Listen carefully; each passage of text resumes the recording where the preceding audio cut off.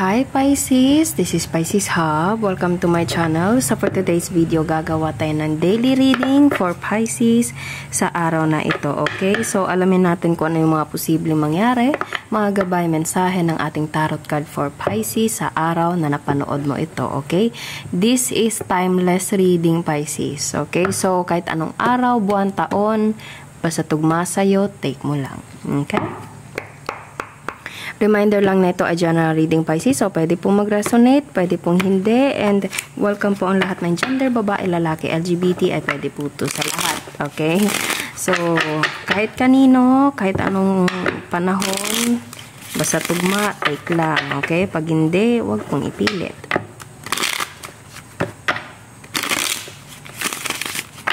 Okay, so alamin natin kung ano yung mga posibleng mangyari, mga gabay mensahe ng ating tarot card for Pisces sa araw na napanood mo ito.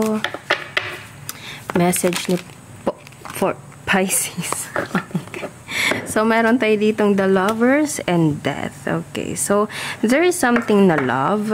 Huwag kayo matakot pag meron to, Pisces, kasi hindi to literal po. Okay, this is something like parang there's a reborn or there's something na parang pagtigil, Pisces, okay? Or something like merong kinalimutan sa past, pwede pong ganon, okay? So, it's either this is your ex, okay? Or this is someone na posibleng past mo, Pisces, okay?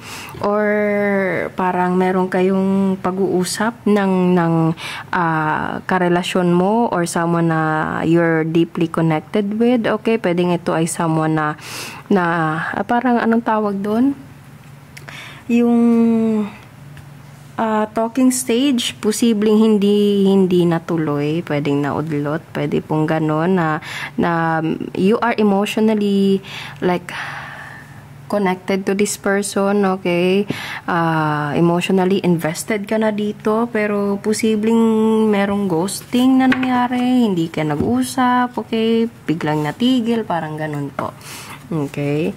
Or pwede ding ito ay karelasyon mo and may mga bagay na kailangan yung pag-usapan and hindi na siguro ituloy or mga ganito, ganyan, okay? And there's the Emperor right here. So, posibleng meron kayong pag-uusap ng taong ito.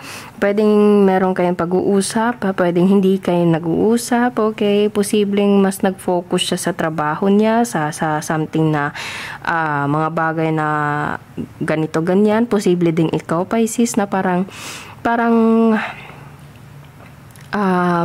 merong kang mas pinili kaysa sa ganito, ganyan, okay? So, it's either this is someone na malapit sa'yo, mahal mo, okay? It's pwedeng hindi natuloy or naudlot yung talking stage nyo, Pisces, yung someone na nagugustuhan mo na pero biglang tumigil, pwede pong ganon, okay? Or pwedeng ikaw yung parang tumigil ka sa taong ito, posible pong ganon, okay? Or pwedeng you are dealing with someone, as I said kanina, na may mga bagay na kailangan nyo ng kalimutan and mas mag-focus kayo sa kung ano yung importante, Pisces, okay? So, posibleng you're dealing with a Gemini, with a Scorpio, or Aries po. Okay?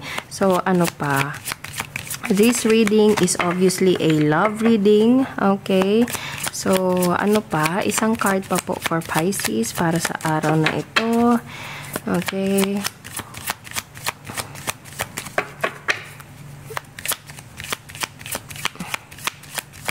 Message na pa po for Pisces sa araw na napanood nito.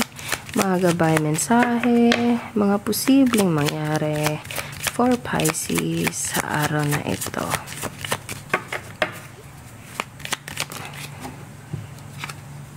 Oh, there's a King of Swords. So, posibleng merong decision making regarding with someone na you're dealing with, Pisces, or pwedeng ikaw.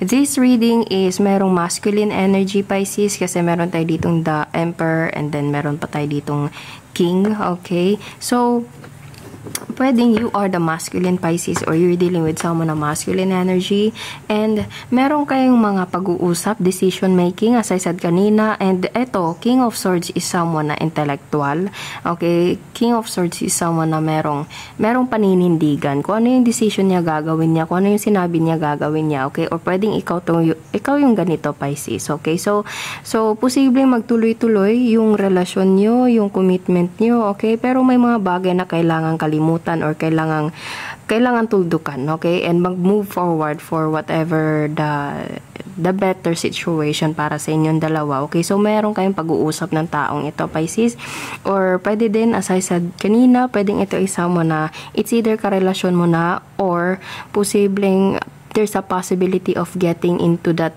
type of commitment Pisces pero naudlot, pwede pong ganon, okay? So pwedeng makakatanggap ka ng message Pisces kasi narinig nyo yung chat, okay? Posible pong ganon, okay? Or pwedeng mag-uusap kayo or mas magpo-focus ka sa kung ano man yung importante, may mga bagay kang matutunan regarding with this situation Pisces, and mag-focus ka sa importante sa mga bagay na nandyan, okay? And makakatulong sa'yo. Okay, with this the Emperor, with this paper right here. Okay, so posible mag-focus ka muna sa work mo, sa mga bagay na makakapag-upgrade sa buhay mo. Pwede pong ganon, okay? So kuha tayo ng mga initials, random words. Napaka-specific ng ating reading ngayon. Okay, so ano pa po? There's a letter G, N. Message na po for Pisces. Napakarami. Kunin natin to. There's a number 2. Older, younger.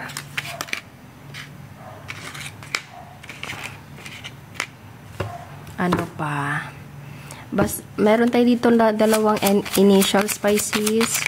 Merong mas matanda, merong bata. Okay? And there's a sunshine. Sunshine, pwedeng merong isa sa inyo yung may pangalan na Sunshine or daytime, pwede pong ganun, okay? So, ang initials natin is G, N, and then yung mga random words na posibleng konektado is older, younger, pwedeng may mas matanda, may mas bata, okay? And then there's a sunshine, and number 2. Okay? So, yun po ang ating reading Pisces sa araw na ito. Naway nagustuhan niyo po. Huwag niyo po sanang kalimutan na mag-like at mag-subscribe po sa ating channel and click the bell button para ma-notify po kayo sa next videos na i-upload natin. Okay? So, thank you Pisces and God bless!